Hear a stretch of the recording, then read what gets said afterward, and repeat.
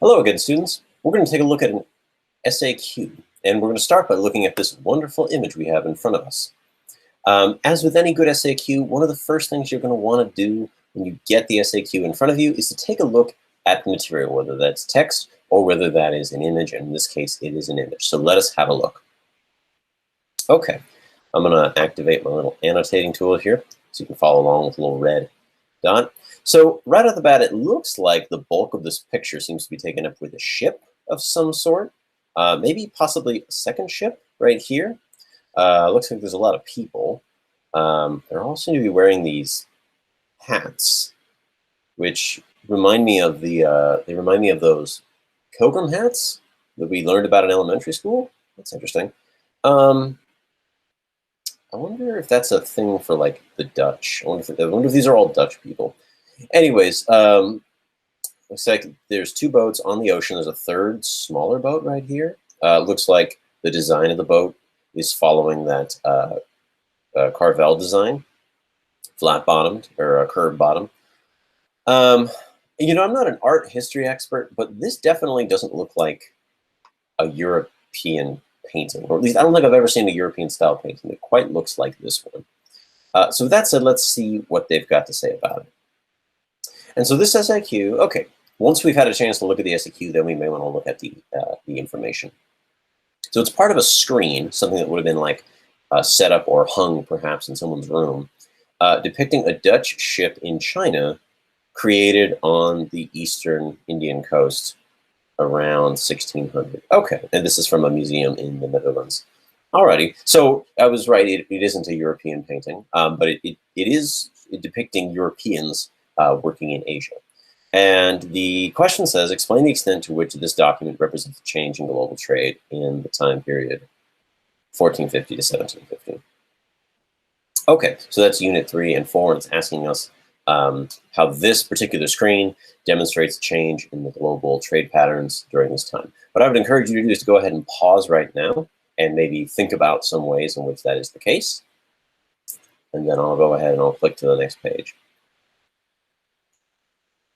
So kind of just looking at this, a couple of things come to mind, right, about what potentially could be demonstrated or what could be shown here from what we've already learned about how things have changed over this time period. And one of the more obvious ones is maybe just the new ship technology, right? We talked a lot about how European ships allow them to travel faster and farther and carry more goods, such as the Vlug, the Carvel, and the Carack, as well as later on the galleon. So maybe we could talk a little bit about the ships here. We could potentially talk about the Dutch East India Company. This could be a Dutch East India Company painting, although it doesn't actually say that. But you could talk about joint stock companies as being a fundamental game changer in the area of world trade. You could just talk about the very presence of Dutch people in China or the Indian Ocean, because prior to the rounding of the Cape of Good Hope, most Europeans, if they did any kind of business in Asia, they went overland through the Silk Road. Some went through the Red Sea, but that was very rare. So just the very presence of Dutch people in China/India would have definitely been a new thing in world trade. The utilizations of local guides, I can't see for sure, but it's possible that this person in the small boat down here is not a Dutch person. It looks like a dark figure, but I don't know. It's hard to say. But what I do know is that a lot of the times Europeans, especially in the beginning, had to rely on local guides and local pilots to get their ships safely where they needed to go. Vasco da Gama, for all of his sort of, boldness and bravery, still had to hire local guides to show him how to get across the Indian Ocean via the monsoon winds. So it's possible maybe the utilization of a local guide. So Europeans have shown up, but they still need local guides to help them. That might actually be more of a continuity than a change.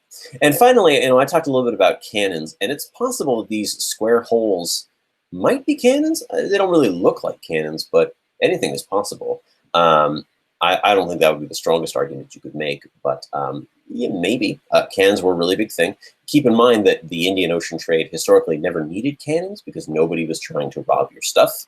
Not to say that there weren't pirates, but nobody was fundamentally trying to shift the balance of trade the way the Portuguese and later the Dutch and later the British would try to do, historically speaking. So cannons or other weapons were relatively rare on trading ships in the Indian Ocean, pre-Portugal and pre-arrival of the Europeans. So with that said, maybe take one of these. I'm going to pause really quick, or take a pause. Go ahead and write out your SAQ. and then come back and I'll show you an example of one that I wrote out.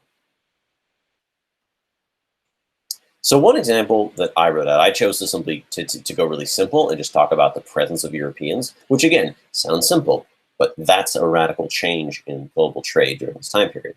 So here's my full answer. This image represents a change in global trade because of the presence of Europeans in the Indian Ocean Trade Network. That's the straight answer, following the ACE, answer cite explain method. Okay. Historically, that trade was controlled by Arabs and South Asians, not the Dutch. So there's my specific piece of evidence, which is true. However, once the Portuguese rounded the Cape of Good Hope, European powers became a major player in the Indian Ocean, testified to by this screen. And there's my explanation that this is a change because European powers became major players in the Indian Ocean. Maybe I could have mentioned something like cannons or some other additional fact to help back it up.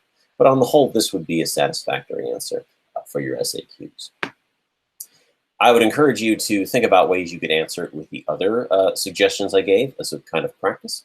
And I hope this helped overall, though. And I'm Mr. Little, and I'll see you next time.